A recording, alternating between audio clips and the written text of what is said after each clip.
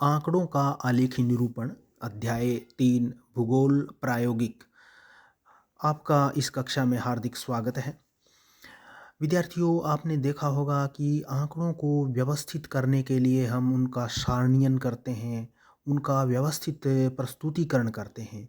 उसी के अंतर्गत हम आंकड़ों को अच्छे तरीके से समझने के लिए और उनका तुलनात्मक अध्ययन करने के लिए आंकड़ों का विभिन्न रेखाओं या विभिन्न आरेखों के माध्यम से इनका निरूपण किया जाता है, जिन्हें आंकड़ों का आलेखी निरूपण कहते हैं।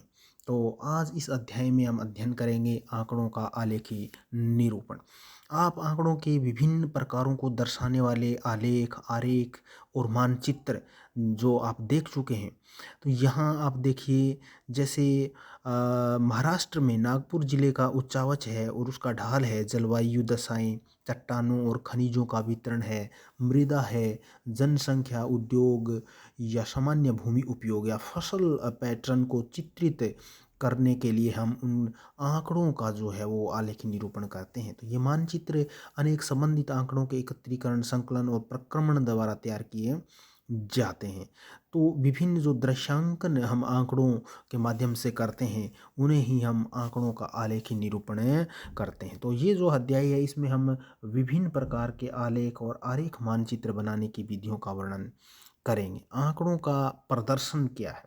आंकड़े उन तथ्यों की विशेषताओं का वर्णन करते हैं जो प्रदर्शित करते हैं और विभिन्न स्रोतों के माध्यम से एकत्र किए जाते हैं। जैसे कि आंकड़ों को संग्रहण करने की विधियां हैं, प्राथमिक विधि, द्वितीयक विधि, और जो प्राप्त आंकड़े हैं फिर उनका हम आलेखीय निरूपण करते हैं। तो उन्हें जो आंकड़े हैं उनको हम विभिन्न आरेख, आलेख, मानचित्र या चार्ट के माध्यम से रूपांतरण को आंकड़ों का प्रदर्शन कहते हैं। आंकड़ों के प्रस्तुतिकरण का यह रूप किसी भौगोलिक सीमा में जनसंख्या वृद्धि, वितरण, जनसंख्या घनत्व और लिंगानुपात या आयु लिंग संयोजन, व्यावसायिक संरचना आदि के प्रतिरूपों को सहज बनाता है। एक चीनी लोकोक्ति है कि एक चित्र हजारों शब्दों के बराबर होता है। तो यही इसमें प्रयास किया गया है आंकड़ों के आलेखी निरूपण में, कि जो हजार आंकड़े हैं उनको एक चित्र में संयोजित करके प्रस्तुत करना होता है। तो इस प्रकार से जो इसके विधियां हैं अलग अलग, किस तरीके से हम उनका जो है वो आंकड़ों का आलेखी निरूपण करते हैं। तो विद्यार्थियों, आंकड़ों का आलेखी निरूपण करने के लिए कुछ सामान्य नियम हैं। आलेखों, आरेखों और मानचित्रों के चित्रांकन के कुछ नियम हैं। इसमें उपयुक्त विधि का चयन। सबसे पहले हमें आंकड़े जो हैं उनके लिए सही विधि का चयन करना होता है। तो आंकड़े होते हैं जैसे तापमान है, वर्षा है, जनसंख्या वृद्धि है, वितरण घनत्व के लिए उपयोगी वस्तुओं का उत्पादन है। तो ये जो आंकड़े हैं उनको आलेखी विधि द्वारा उपयुक्त ढंग से प्रदर्शित करने की आवश्यकता होती है। उदाहरण यहाँ पर दिया गया है कि विभिन्न राज्यों के तापमान और उनकी जनसंख्या वृद्धि के जो आंकड़े हैं वो रेखा ग्राफ के माध्यम से अच्छे से प्रदर्शित किए जाते हैं। यानी अलग अलग प्रकार के आंकड़ों को हम अलग अलग प्रकार के आरेखों के माध्यम से दर्शाते हैं। जैसे कि यहाँ बताया कि जनसंख्या के जो आंकड़े हैं या तापमान के आंकड़े, उनको रेखाओं के ग्राफ के माध्यम से प्रस्तुत करते हैं। इसके बाद में हमारा उपयुक्त विधि के बाद में दूसरा जो हमारा नियम है ध्यान में रखना होता है वो है कि उपयुक्त मापनी का चयन। तो आंकड़ों के लिए हमें माप को प्रदर्शन करने के लिए जो दिए गए आंकड़ों के समूह होते हैं उसमें सावधानी पूर्वक जो है वो मापक का चयन करना पड़ता है। और यह मापक जो है वो न तो अधिक बड़ा होना चाहिए और न ही छोटा होना चाहिए। तीसरा इसका नियम ये है कि जो आंकड़े होते हैं इनमें अभिकल्पना का महत्वपूर्ण स्थान है। तो अभिकल्पना जो है वो ये एक महत्वपूर्ण घटक है, इसलिए ये अंकित जो आरेख मानचित्र हैं उनको सावधानी से हमें प्रस्तुत करना चाहिए। शीर्षक है इसमें अभिकल्पना में, तो किस प्रकार से जो आंकड़े हैं उनको एक अच्छे से शीर्षक में हमें दर्शाना होता है। और निर्देशिका है कि आंकड़े जो हैं उनके विभिन्न निर्देश हमने मानचित्रों में देखे हैं, उन निर्देशों को हम रंगों के माध्यम से, छाया या चिन्हों के माध्यम से प्रस्तुत करते हैं। और होता है दिशा। तो पृथ्वी की धरातल के भाग का प्रदर्शन होने के कारण मानचित्रों पर मुख्य दिशाओं के निर्धारण की भी आवश्यकता होती है। तो दिशाओं का प्रतीक भी जो है वो मानचित्रों में हम देखते हैं कि होता है। जैसे उत्तर दिशा को दर्शाने के लिए इस प्रकार का एक चिन्ह लगा होता है। तो इसका भी महत्वपूर्ण है। तो अभिकल्पना में शीर्षक, निर्देशिका और दिशा का हमें ध्यान रखना होता है। अब आती है आरेखों की रचना। तो आरेखों की रचना के अंतर्गत आंकड़े जो होते हैं उनकी विशेषताओं का ध्यान रखना होता है। जैसे कि उनकी लंबाई, चौड़ाई तथा मात्रा से युक्त होते हैं। आरेख और मानचित्र जो कि इन विशेषताओं से संबंधित आंकड़ों को प्रदर्शित करने के लिए खींचे जाते हैं, उनको अलग अलग तरीकों से वर्गीकृत किया जाता है। तो 3 प्रकार के आरेख होते हैं, ये हमें ध्यान में रखना। और ये प्रश्न है वो वाइवा में भी पूछा जा सकता है। तो इस पर टिप्पणी भी आ सकती है कि आरेख जो है वो इसके प्रकार कितने हैं। तो 3 प्रकार के आरेख हैं। एक तो है एक आयामी आरेख, यानी वन डायमेंशनल जो आरेख है ये है। और एक आयामी आरेख है जिसमें केवल एक ही आयाम का प्रदर्शन होता है। आयाम का यहाँ आशय ये है विद्यार्थियों कि इसमें या तो लंबाई का प्रदर्शन होगा, या चौड़ाई का प्रदर्शन होगा, या फिर ऊंचाई का। यानी इस लंबाई, चौड़ाई, ऊंचाई में एक ही आयाम का प्रदर्शन किया जाता है। तो ये एक आयामी आरेख कहलाते हैं। ये कौन कौन से हैं? जैसे रेखाग्राफ, बहुरेखा चित्र, दंड आरेख, आयत चित्र, आयुलिंग पिरामिड, ये सभी एक आयामी आरेख कहलाते हैं। द्विआयामी हैं जो कि द्विआयामी आरेख हैं। इनमें 2 आयामों को प्रदर्शित किया जाता है। जैसे लंबाई और चौड़ाई हो गया, या लंबाई और ऊंचाई हो गया, चौड़ाई या ऊंचाई हो गया। तो इस प्रकार 2 आयामों को इसमें प्रदर्शित किया जाता है, वो द्विआयामी आरेख कहलाते हैं। और इनमें जैसे वृत्त आरेख है, आयताकार आरेख शामिल किए जाते हैं। त्रिआयामी आरेख है जो कि ट्राई डायमेंशनल है। इसमें 3 जो आयाम होते हैं हमारे, लंबाई, चौड़ाई और ऊंचाई, तीनों को ही प्रदर्शित किया जाता है। तो ये 3 डायमेंशनल है। ये बहुत ही महत्वपूर्ण होते हैं। 3 डायमेंशनल में कौन कौन से आते हैं? जैसे कि घन है या गोलाकार आरेख है। तो घन जो है वो हम इसमें लंबाई, चौड़ाई और ऊंचाई सभी का प्रदर्शन कर सकते हैं। तो ये जो है वो त्रिआयामी आरेख कहलाता है। इन आरेखों का जो निर्माण है, इनकी विधियां हैं, इन पर विचार करना होता है। और यहाँ जो बताए गए आरेख हैं कौन कौन से? एक तो रेखाग्राफ, एक दंड आरेख, एक वृत्त आरेख, एक पवन आरेख और एक प्रवाह है सचित्र। तो ये हमारे सिलेबस में हैं जिनका अध्ययन हम यहाँ पर तो विद्यार्थियों सबसे पहले आता है हमारा रेखा ग्राफ, जिसको कहते हैं हम लाइन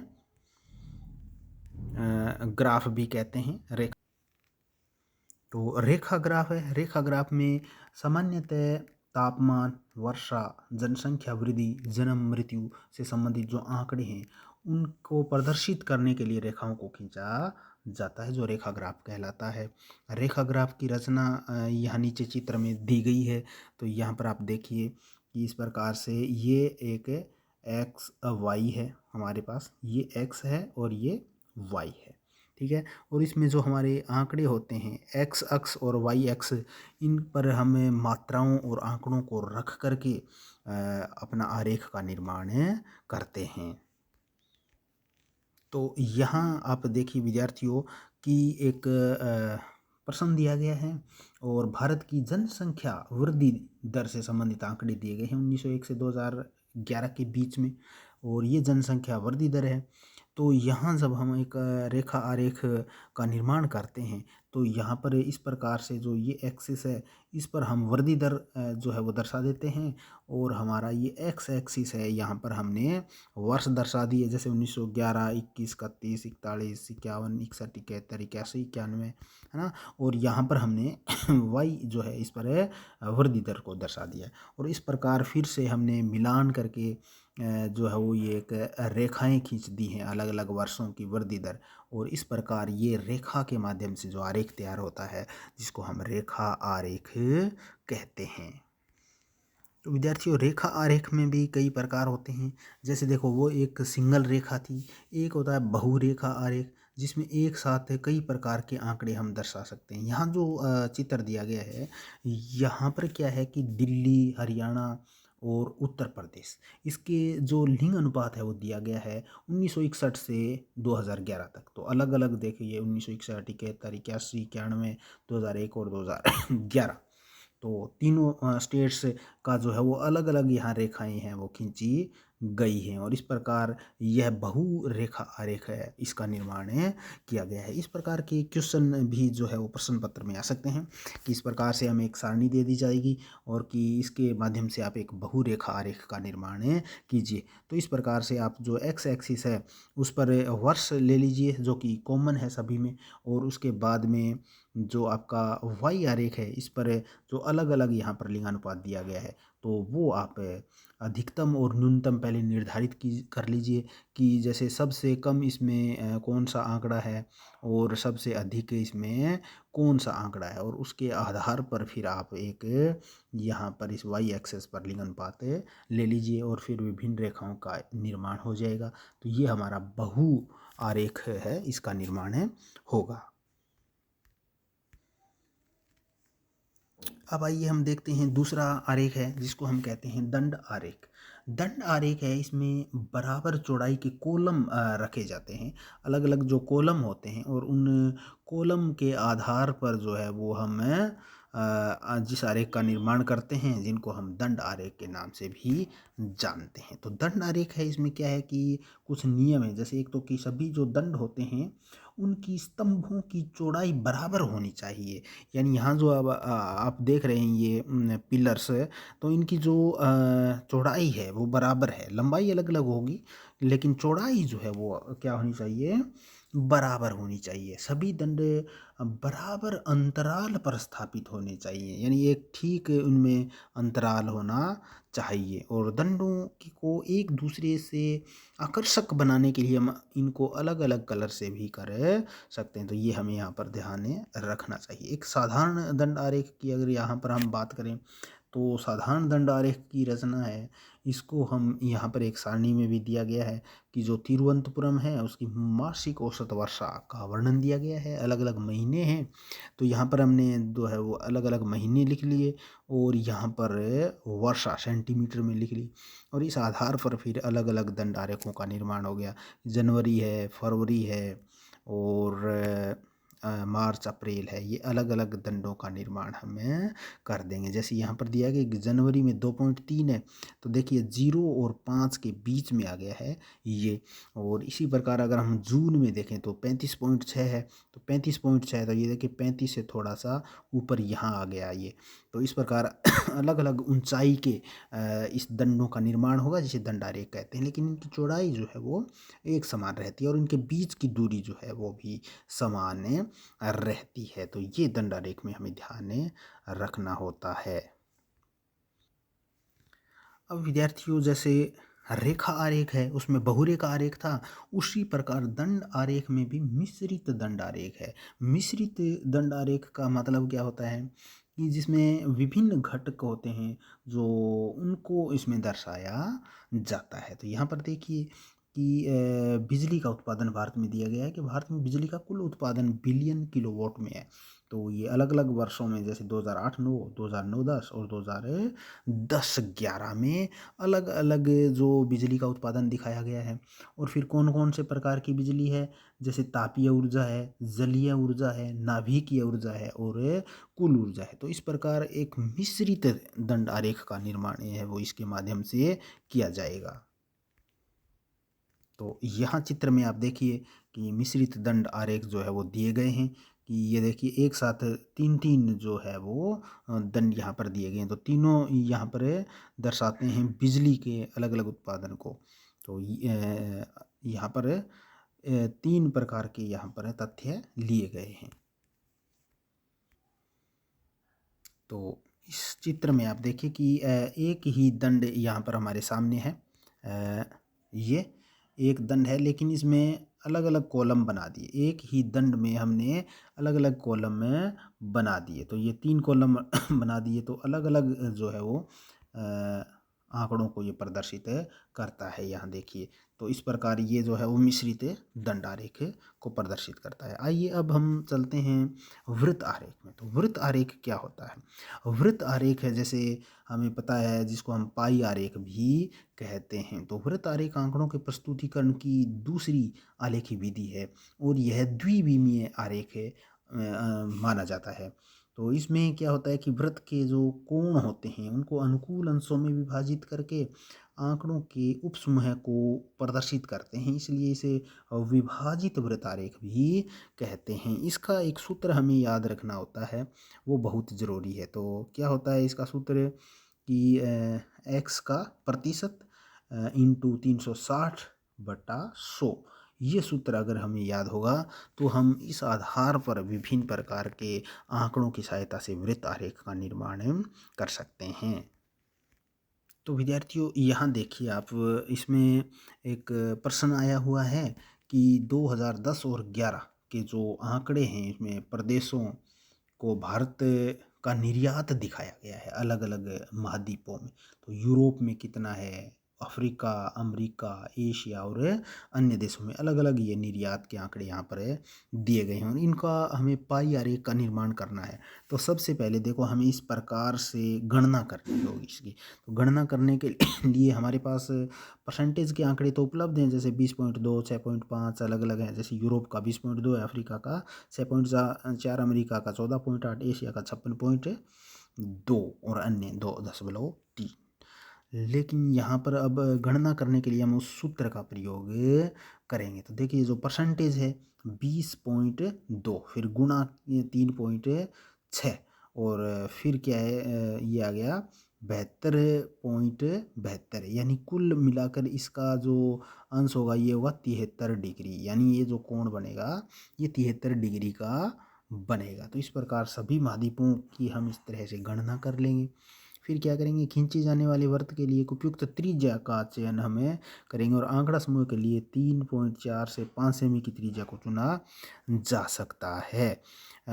वृत्त के बीच से चाप एक त्रिज्या की तरह हम खींचते हैं और इस प्रकार यहाँ पर कुछ सावधानियाँ भी हमें रखनी होगी। पाई आरेख जो या सामने आप देख रहे हैं, बनाने के लिए कौन कौन सी सुविधाओं का ध्यान रखना होगा कि वृत्त को न तो अत्यधिक बड़ा होना चाहिए कि स्थान में फिट न हो उसके, और न ही बहुत छोटा होना चाहिए। तो न तो ज़्यादा बड़ा और न ही ज़्यादा छोटा। और बड़े कोण से शुरुआत गलतियों के संचयन को बढ़ावा देगी, जो कि छोटे कोणों को दर्शाने में मुश्किल देती है। तो ये भी हमें ध्यान में रखना चाहिए।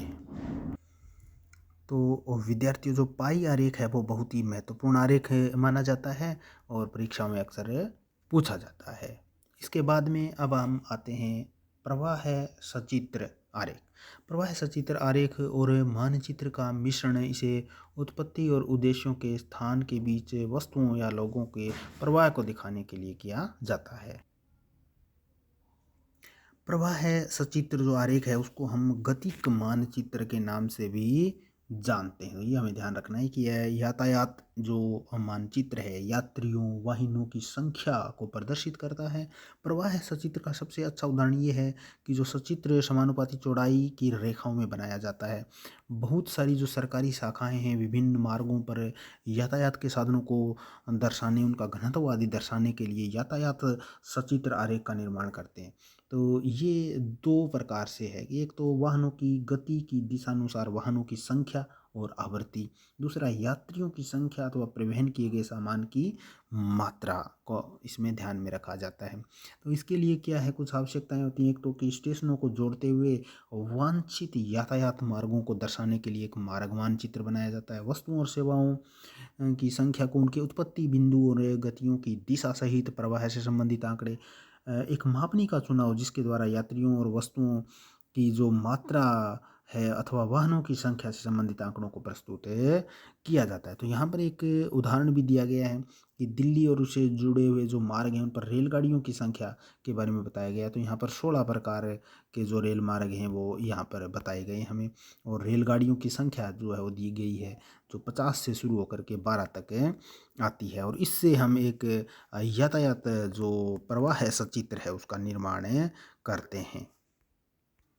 तो इस प्रकार ये देखिए चित्र में यहाँ पर दिया गया है, अलग अलग जो स्टेशन दिए गए हैं और उनमें इस प्रकार से जो है वो यातायात या प्रवाह है सचित्र आरेख का निर्माण होता है। यानी जो अधिक मोटाई वाली रेखा है इसकी, यहाँ पर जो संख्या है वो सबसे ज़्यादा होगी। तो विद्यार्थियों चित्र में आप देखिए यहाँ पर दिया गया है एक नंबर पर पुरानी दिल्ली से नई दिल्ली, और पुरानी दिल्ली से नई दिल्ली के बीच में रेलगाड़ियों की संख्या है 50। तो यहाँ पर आप उस चित्र में अब देखिए, इस चित्र में यहाँ पर दिखाया गया है कि ये है पुरानी दिल्ली और यहाँ पर है नई दिल्ली। इसके बीच में जो ये रेखा है इसकी मोटाई सबसे अधिक है, यानी कि 50 जो संख्या है यहाँ पर ये देखिए, तो इसकी मोटाई जो है वो कितनी होगी ये यहाँ पर दर्शाया गया इस प्रकार होगी। तो इस प्रकार का एक हमको मापक तैयार करना होता है। तो ये जो यातायात रेल मार्ग या प्रवाह सचित्र है, इसमें हमको इस प्रकार से मापनी का भी ध्यान रखना होता है। और जितना संख्या में वाहन अधिक होंगे या फिर इसको हम ढोए गए माल के हिसाब से भी इसका निर्माण कर सकते हैं। तो जितना ज़्यादा संख्या होगी रेखा भी उतनी ही मोटी होगी, ये हमें ध्यान में रखना है। तो इस प्रकार से हमको एक प्रवाह सचित्र आरेख का निर्माण करना होता है। अब हम आ जाते हैं थीमेटिक मानचित्र। थीमेटिक मानचित्र विद्यार्थियों टिप्पणी में पूछा जाने वाला एक लोकप्रिय प्रश्न है। विभिन्न विशेषताओं को प्रस्तुत करने वाले आंकड़ों में आंतरिक भिन्नताओं के बीच तुलना दिखाने के लिए आलेख और आरेख उपयोगी प्रयोजन प्रदान करते हैं। फिर भी कई आलेखों और आरेखों का एक प्रादेशिक संदर्भ में प्रस्तुत करने में असफल होते हैं। इसलिए जो मानचित्रों की प्रादेशिक वितरणों और प्रतिरूपों में विशेषताओं को समझने के लिए विविध मानचित्रों को बनाया जाता है। और ये जो मानचित्र है थीमेटिक मानचित्र, ये एक प्रकार से वितरण मानचित्र हैं। तो ये हमें ध्यान रखना चाहिए कि थीमेटिक मानचित्र है, ये एक प्रकार के वितरण मानचित्र हैं जो वितरण को दर्शाने के लिए बनाए जाते हैं। तो इसमें क्या क्या ध्यान में रखना होता है कि इस प्रकार के मानचित्र हैं, इसमें मात्रात्मक और अमात्रात्मक मानचित्रों को वर्गीकृत किया जाता है, जिसमें यहाँ पर वर्षा के आंकड़े आपको बता दिए गए जो कि सांख्यिकीय मानचित्र भी कहलाते हैं इस प्रकार के मानचित्र। तो यहाँ जो मानचित्रों की अगर हम बात करें तो थीमेटिक मानचित्र की रचना जो है इसमें हम दो तरीके से इसकी रचना विधि होती है। यहाँ पर जो दिया गया है एक तो बिंदुकित मानचित्र है और एक है वर्णमात्री मानचित्र और तीसरा है सम्मान रेखा मानचित्र भी इसमें दिया गया है। तो ये सारे कौन से मानचित्र कहलाते हैं? ये थीमेटिक या वितरण मानचित्र कहलाते हैं। बिंदुकित मानचित्र है, वर्णमात्री मानचित्र है और सम्मान रेखा मानचित्र है। तो विद्यार्थियों सबसे पहले देखिए बिंदुकित मानचित्र। बिंदुकित मानचित्र विशेष रूप से जो हमारे जनसंख्या के आंकड़े होते हैं या पशु गणना करते हैं हम, या फसल के जो उत्पादन के आंकड़े होते हैं, इनको दर्शाने के लिए हम बिंदुकित मानचित्र का उपयोग करते हैं। ये हमें ध्यान में रखना चाहिए। तो यहाँ पर देखिए चित्र 3.9 की जो तालिका दी गई है, यहाँ पर 2011 की भारत की जनगणना की गई है, जनसंख्या दी गई है और या 29 राज्यों की जो जनसंख्या है, कुल जनसंख्या वो दी गई है। तो अब इस तरह से क्वेश्चन हमारे सामने आ गया। तो इसके आधार पर यदि हमें बिंदुकित मानचित्र बनाना होगा तो पहले हम देखेंगे कि जो आंकड़े हैं वो किस प्रकार के हैं, और फिर उन आंकड़ों का एक मापक हम लेते हैं और मापक के आधार पर बिंदुओं की संख्या निर्धारित करते हैं जो तुलनात्मक रूप से सही होनी चाहिए। तो इसमें क्या है देखिए कि इसकी आवश्यकता है कि दिए गए क्षेत्र का प्रशासनिक मानचित्र, जैसे राज्य, जिला, खंड, उसकी सीमाएं दिखाई गई है। चुनी हुई प्रशासनिक इकाई के चुने हुए विषय जैसे कुल जनसंख्या, पशु सांख्यिकीय आंकड़े और एक बिंदु के मान को निश्चित करने के लिए मापनी का चुनाव, ये जो गैर नंबर पॉइंट है ये सबसे महत्वपूर्ण है कि एक मापनी जो है वो चयन करना पड़ता है। उसके बाद में प्रदेश में भू आकृतिक मानचित्र देकर उच्चावच और जल अफवाह मानचित्र आदि।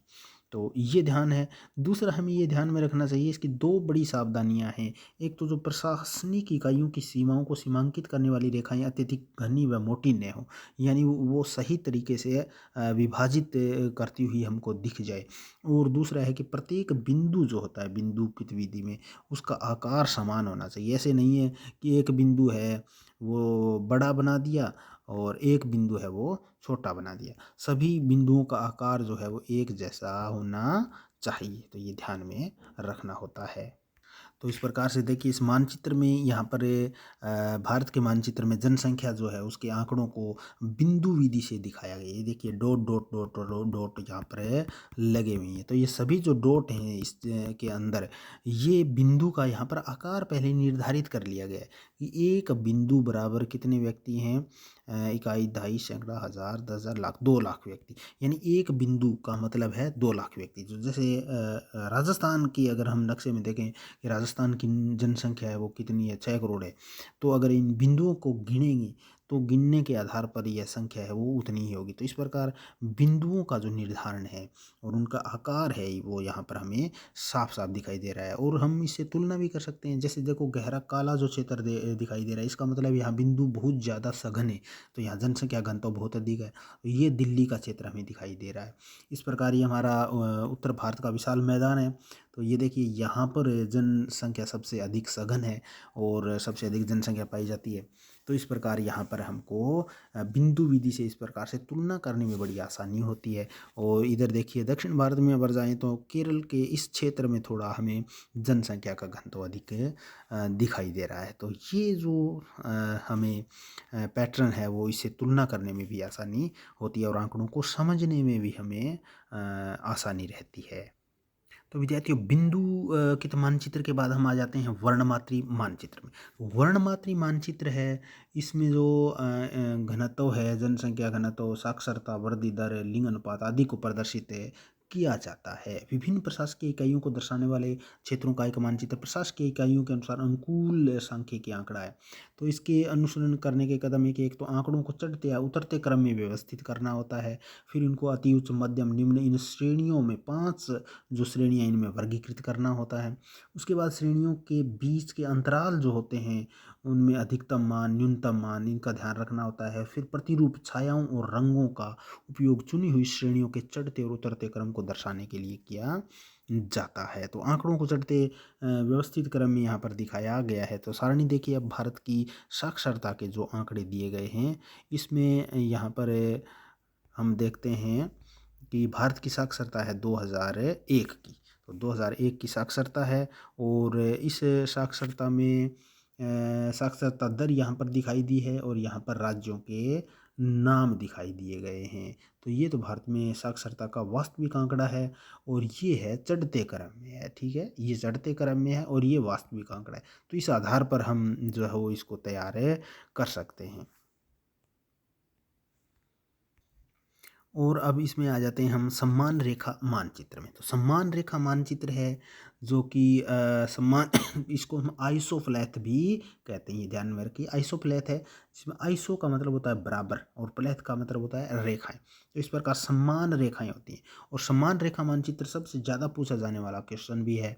सम्मान रेखाओं में क्या होता है कि इसमें कई प्रकार की सम्मान रेखाएं होती हैं, जैसे समान वायुदाब की रेखा, समवायुदाब रेखा, समान तापमान की रेखा, समताप रेखा, समान वर्षा की रेखा, समवर्षा रेखा, समान मेघ की रेखा, समान बादल की रेखा, समान सूर्य प्रकाश की रेखा जिसको आइसोहेल कहते हैं, यह समोच्च रेखा है, समान ऊंचाई की रेखा, समान गहराई की रेखा है, समलवण रेखा है। तो इस प्रकार ये रेखाएं कहलाती हैं। इन इन रेखाओं में हमें क्या है, विभिन्न स्थानों की स्थिति को दर्शाने वाले आधार रेखा मानचित्र, निश्चित समय के अनुरूप तापमान, वायुदाब, वर्षा आदि का अनुकूल आंकड़ा, चित्र उपकरण विशेषकर फ्रेंच करवा दी है। तो इसमें क्या है कि मानों को बराबर अंतराल पर चुना जाता है। जैसे यहाँ पर 5, 10, 20 के आदर्श अंतराल यहाँ पर माने गए हैं। समान रेखाओं का मान रेखा के दूसरी तरफ अथवा रेखा को तोड़कर बीच में लिखना होता है। तो ये है। और यहाँ पर छेपक की विधि भी बताई गई है कि जो सम्मान रेखा का बिंदु है इसका एक सूत्र यहाँ पर दिया गया है। जैसे दो बिंदुओं के बीच की दूरी बटा में लिए गए बिंदुओं के दो मानों के बीच का अंतर इंटू अंतराल, इस आधार पर हम सम्मान रेखा मानचित्र है उसका निर्माण कर सकते हैं। तो ये देखिए मानचित्र पर यहाँ पर दिया गया है भारत की साक्षरता के हिसाब से यहाँ पर सम्मान रेखा मानचित्र का निर्माण किया गया है।